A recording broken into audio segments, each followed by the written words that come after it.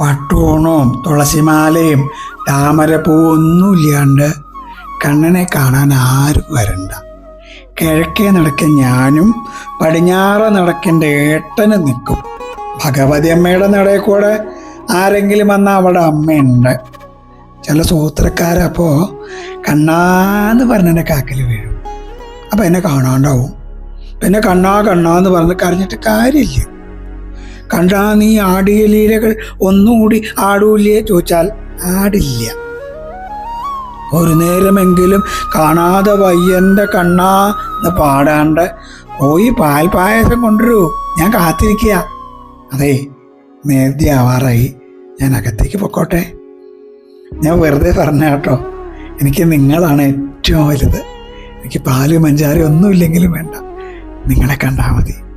Krishna Guruvayurappa.